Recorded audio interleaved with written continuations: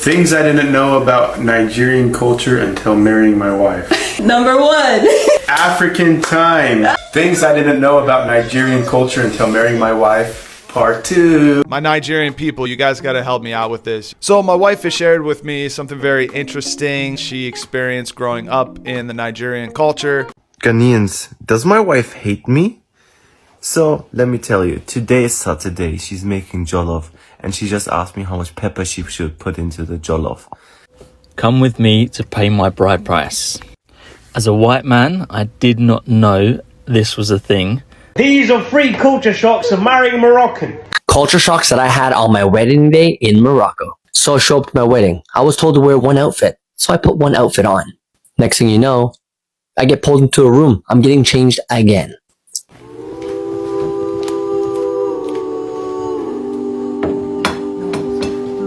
Hi guys, welcome back to my channel and you're most welcome to today's video. My name is Bernadette and you are right here on Unfiltered For You Stories. So today we have another very interesting video. What I can say, guys, these guys are not joking about black women. We are going to watch some clips where the white men are sharing the cultural shocks or things that were a surprise to them when they started dating, when they got into relationships, and when they got married to black women. So without wasting much time, let's jump into this. Don't forget to hit that like button, subscribe, and let's catch up after the clips are played. Please don't forget to drop your thoughts in the comments. Ghanaians, does my wife hate me? So, let me tell you, today is Saturday, she's making jollof, and she just asked me how much pepper she should put into the jollof. She brings me this. She says, is that enough pepper? I'm like, what do you mean, babe? Are you trying to kill me? Is this normal? Is she mad at me? There's over 10 peppers. Like, if I cook, I put one maximum. Why? Let me show you what we have in Germany is spicy. This is our maximum. This is mustard. We do not go over with spicy mustard, okay? That's it. We cannot eat spicy. In fact, we even have a sweet mustard. Like, for people who can't eat spicy, it's very sweet and not spicy at all. And like Ghanaians, they put pepper after pepper after pepper. Like, when I was in Ghana, I always had to tell people, oh, I can't eat spicy. And then it was still gonna be spicy. Like, it still made me cry. How can you eat like that? Come with me to pay my bride price. As a white man, I did not know this was a thing until I met Chisola, and by the time I found out, I was already in too deep. The Lobola happens in 3 stages. The first stage is happening now, where my representative presents a token of money to their family and says that our intention to come into their house is to marry their daughter. Here I am bearing gifts in my African outfit. The second stage is the non-negotiable stage, where they tell me, if you want to marry our daughter, this is what we need from you. Usually chickens, goats, axe, and then clothing for their parents. And then the final stage is the fun part. That's the negotiations. So the families will go backwards and forwards with the price. This price is normally in cows, but in modern days, they just convert that into money. Their family will say, oh, Chisola's well educated, she's got a great family, she's got a good job. And then my family will come back, well, Charlie's also well educated, he's also got a great family and a good job. Until both families agree on a price. We then have a chat, have drinks and mingle. And then we then went to another location, met all of our family and friends, and had a nice little celebration. My Nigerian people, you guys gotta help me out with this. So my wife has shared with me something very interesting she experienced growing up in the Nigerian culture. She would go over to someone's house with the family, and whoever's place it was, she would be offered things like biscuits, juice, whatever it may be. She immediately had to say no. Her life was in jeopardy at that point, she realized. Apparently too, you couldn't even turn to your mom or your dad while saying no, because that would even lead to a beating. She just had to stand firm as a child and deny the sweet treats and whatever else was being offered to her. She told me so many times that she would be in situations, she would be at the host's house. The person would be like, oh, here's a biscuit for you. Take it. Come on, take it. And she would have to be like, no, it's okay. No, I already ate. I'm fine. She was fighting for her life. Even her mom would be like, take it, it's okay. No, take it. And then she would sit there like, no, I'm okay. I don't want it. She could not take it, or else she would deal with the consequences. Yeah, so the whole point of this is not to be given witchcraft, to not have your destiny stolen from you, to prove that you're a well-trained child, which is just really interesting because me growing up in America, we didn't have any of this sort of training. Actually, if we went over to someone's house and we were offered something, it would be kind of considered rude to not accept it. Even, I would be looked at as like too shy or not confident enough if I didn't accept it. So this is so crazy. I'm having a hard time wrapping my head around this. Have you guys experienced this? Is this typical in every Nigerian home, or is it just my wife that experienced this growing up? And do parents still do this to this day? You guys got to let me know in the comment section. Things I didn't know about Nigerian culture until marrying my wife. Number 1. African time. If the party invite says show up at 3, that's not really when it starts. Yes. You're going to show up to an empty dance hall. Yes. It probably most likely starts at 6. Yes. And the music will be loud. Nigerians speak very loud. It's so funny. I used to think my wife was like yelling at me. Yes. Little did I know she was just expressing how she felt, and it was totally normal. Yes. So I had to learn that no, she's not yelling. That's just how she talks. Mm-hmm. Same with her big brother. He's the sweetest guy ever. And sometimes he'll just talk to someone in public and they think they're yelling, no! And it's just like, he's not yelling at you. He just speaks really loud. When I first met him, I was kind of scared because he was all smiles but yelling at me. I was like, I don't know if you're mad or happy, but rock on, brother-in-law. Another thing I didn't know is family doesn't just mean immediate family. It is everybody. When you marry a Nigerian woman, you're marrying the whole culture and pretty much the whole country of Nigeria. Yes. There's an auntie that's not really auntie, but they call her big auntie, and you're confused because you thought it was your aunt. You're like, I didn't know you had another aunt. She's like, well, that's not really my blood aunt, but she's my aunt. Okay, it makes sense, I guess. Yeah, so like everybody you grew up with, like within your culture, like your neighbors, you refer to them as your sisters, your cousins, your aunt, your uncle. Like that's just the way it is. Like that's our culture. And speaking of that, respect the culture. I wish you would have told me this earlier. You can't just go to an elder and say, hi. I didn't even know that's actually a little bit rude. Hi is not greeting. Yes.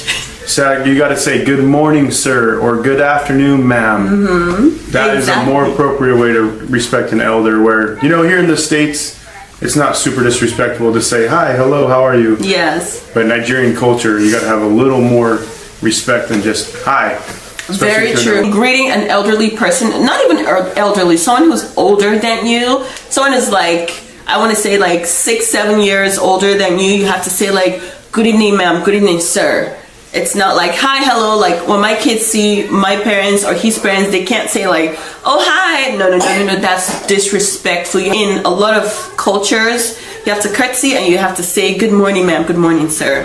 And oh boy, watch out for that pepper soup, hot pepper soup. I do like spicy food, but I can't keep up with the most spicy Nigerian food. It's a little too spicy for a white guy. Yeah. Their idea of spicy is not spicy. Like black pepper is not spicy. Hot sauce is not spicy. Like that's not spicy. Give me some like, is it habanero? What's the other ones? Ghost pepper, habanero, jalapeno. Yes. Even jalapeno is not even that spicy. Like give me something like really. These are 3 culture shocks of marrying a Moroccan. The first thing is, is when we first got married, I went back to her house, and there was 100 Moroccan aunties all going, I had no idea what was happening, alright? There was 100 of them. I thought, okay, they're going to send me upstairs and then off comes my head. That's honestly what I thought was happening. The second thing, okay, whenever we go to a Moroccan guest house, you guys have tea every 5 minutes. And this tea never finishes. How much tea is in this small pot? This small pot it's like only this big, yeah? But there's tea to feed the whole of Morocco. British Pakistani people as well having tea. No. No one has tea like what I saw. I just got in. Thank you. Let me finish the first glass. Let me finish it. And the third thing is is we had a goat, we had a goat in the house, all right? And I thought it was a family pet. I love this goat. This goat was called Sandy, So we had Sandy who's upstairs, a little goat going meh, all this kind of stuff. The next day, Sandy's head was off. And then we ate him. Sandy became a sandwich. Things I didn't know about Nigerian culture until marrying my wife. Part 2. You can't just address older siblings by saying, "Hey Douglas." You have to say, "Hey brother," or "Hey brother Douglas." That's more respectable. Number 2, bride price. Mahalo. Too expensive. I'll be real with you guys. I didn't pay a bride price. It doesn't mean I don't respect the culture. Her dad was very religious, a very good man. He didn't expect me to pay a bride price. He told you not to. My dad just didn't. I don't know why. He just didn't want to do it. It was a religious thing for him. He was like, no, I'm not selling my kids. I don't think this is the Christian way. So he got off the hook. He didn't have to pay a bride price. Maybe we'll still collect it. Nigerian wedding, everybody and their dog is invited. Not your dog, Sha. Oh yeah, no dogs. But I had people show up to my wedding I didn't know, but it was so beautiful. It was the coolest party. I think she even had people show up that she didn't even know. The more the merrier, and that's the way that we see it. The more the merrier. Yeah, I had no idea how good Nigerian food was. I will admit, I don't love all the soups. I don't love all the organ meats because it's so different to me. But there's so many things I like jollof rice, meat pies, suya. You like suya? Yeah, no, I like it. Suya, Yeah. spicy meat. It's Yes. really good. I do like a little bit of spicy. Yeah. Okay, so this is all we have so far. Let us know what we should do next, or if you guys want a part 3. Culture shocks that I had on my wedding day in Morocco. So I show up to my wedding. I was told to wear one outfit, so I put one outfit on. Next thing you know, I get pulled into a room. I'm getting changed again. And again. And again. And it went on. But I'm not going to go into all the times. 7 outfits in total. Now, don't get me wrong. The Moroccan outfits were phenomenal. A little bit too royal for me. I mean, I felt like a king. Just the material itself. When you run your hand down that Moroccan thobe, it just feels sensational. But hear me out. I'm Canadian. Wedding parties here are about drinking alcohol and the end night dancing floor and kiss the bride. It's pretty boring. And we all know Moroccan culture, we don't kiss the bride in front of the parents. Second thing was the food. Like, I thought we were just going to have one meal, everybody eats, and everybody leaves. No. We had meals and meals and meals after meals. What do you remember having on that day? Pastilla, what's that thing called? Hambar bakok, shwa, sifad, jazz muhammad, all that. It was amazing. The third thing was how long it took. Like, you guys got the sense of already how much outfits I wore. And the length of it, people were dancing, partying. I mean, I'm just sitting there listening to music, and I don't really understand the music, but it was vibing. You were vibing. You danced. Yeah, well, I tried. So at the end of the day, the wedding just blew my mind. Like, I've never been part of anything that big in my life, to be honest with you. It was super royal. And the crazy part was when I told my wife this was so amazing, this felt super long and super festive, she turned around and said to me, "What do you mean? This is just a small little family friend get-together wedding party." Yeah, because I didn't want to have a big wedding. So we just had family and friends, like very close family and friends together. But he was blown away. He thought, so when I showed him videos of the actual Moroccan wedding, he was like, this is crazy. Guys, you're feeding like the whole city. It's crazy. So with the cultural shocks, they are still talking about the African time. African people, I don't know what you can do about the African time that every foreigner is commenting about, but maybe that makes Africans unique in that way. Although, of course, it's like a complaint. Maybe we need to do something to change that. I think from time immemorial, we have been hearing about African time, African time. However, it depends on a person also. It's not a general thing like all Africans are bad timekeepers. Some Africans are really good timekeepers. The bride price bit or dowry is something that is serious within the African cultures or within Africa. Some of the cultures in Africa, you have to pay bride price or dowry if you're marrying their daughter. But of course, we had there one lady saying that, yeah, her father did not ask for the dowry or for the bride price from her white husband. That is really possible. Mostly for the families that are modern, they really don't go for that.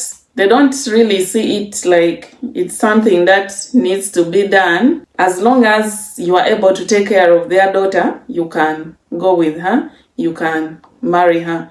But according to the real traditional families or traditional cultures, all those who follow the real traditional cultures, when you're marrying an African girl, you have to pay dowry. But it also depends on which tribe or which culture you're marrying her from. Because this dowry or bride price is not a universal thing, like you can't say that all African girls, when you're to marry them, you pay cows or you take goats or you take what. No, it depends on the tribe and the culture of that girl. So when you date an African girl, it's better if you ask her how it's done in her own culture so that she can share with you. Some cultures, they ask for so many cows, while others, they ask for fewer cows, while there are those who do not even ask for cows and ask for different things. Then there are those who ask for cows and goats. They tell you a certain number of cows and a certain number of goats if you're to marry their daughter. So it's always good to ask if you begin like dating an African girl. Of course, there are those reasons. Bride price is paid for appreciating the parents, for taking care of that wife that you're going to take, or as a sign to show that, yeah, you are able to take care of their daughter when you marry her.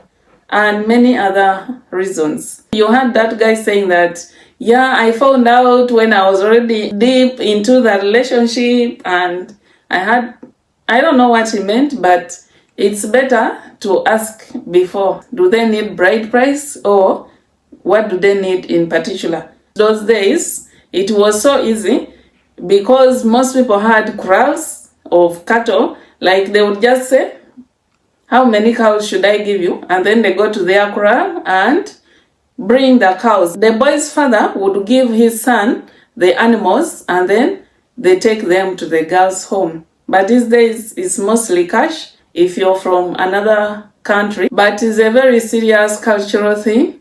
If you don't pay bride price in certain cultures or in certain clans, their daughter whom you marry may never have a child with you. She may never conceive. And then in relation to that, someone there commented about the African marriages. There are so many people who attend that ceremony. Yeah, this is a very big function within the African culture. Marrying off your daughter. Remember, bringing up this girl, it was a whole community. So even in such occasions, the whole community is informed. Or even if you don't inform them, they will get to know because it's a big function, and automatically they will find out that, yeah, a girl in that home is getting married, and they will come and attend that function. Even if the whole community doesn't come, but the relatives and the friends, so everyone will be in attendance. And of course, it makes the whole function very cheerful. And then of course there is always music. What is a ceremony without music? What is a ceremony without food? And the same goes to black people, I think everywhere. They have large families, they have friends, they have relatives who come to attend such functions. And that ululating is for welcoming you or a sign of happiness in that home. Then the spicy food. This is more in West African countries where they use a lot of red pepper or chili to spice up their food. I think they don't really enjoy food without that. And that guy commenting about not eating from the neighbors' homes or from strangers' homes or friends' homes, any home outside your home. Yeah, it may be a Nigerian thing, but what I know is that most of the African countries, kids are warned not to eat from strangers' homes, not to eat anyhow from people's homes, just as a form of guarding yourselves. That person may not be a good person. The person may have bad intentions against you or your family, or against your mom or against your dad. You never know anything. And when you eat, maybe they want to do a revenge or to do something bad to your parents through the child. So kids are always warned not to eat from neighbors' homes, not to eat from other people's homes. I remember even us growing up in our home, we were warned never to eat or accept anything from outsiders, even relatives. Greeting someone hi, that is not a greeting. That is a greeting to your fellow age mates. It's a greeting maybe to your friends. It's not considered as a greeting to the elders in our families. You can't tell your dad that hi, the way I see it here. You can't tell your mom that hi. And now if you're a son-in-law in that home or a daughter-in-law in that home, you cannot be casual with your in-laws in that way, like saying hi. No, you have to say good morning, so and so, good afternoon, so and so. Yeah, they will say that this one has no respect for the elders. One person there was surprised that the goat that he had seen earlier on was later on slaughtered and prepared for eating. In Africa, animals are not pets. We don't take animals as pets the way it's done this side, especially domestic animals that are edible are not pets. They are for eating and selling. So if you go to visit and you find there a chicken in that home, just know that chicken is for eating, it's for eggs, and it's for selling. That is it, not a pet. And of course, with many more cultural shocks there, they are endless. And this is all because of the cultural exchange or cultural differences within these interracial marriages. And with that, I'll end this video here. If you found it interesting, please don't forget to give it a like, subscribe, and give your views in the comments. What was your experience when you started dating outside your race? Thank you so much for watching, and let's catch up in the new video.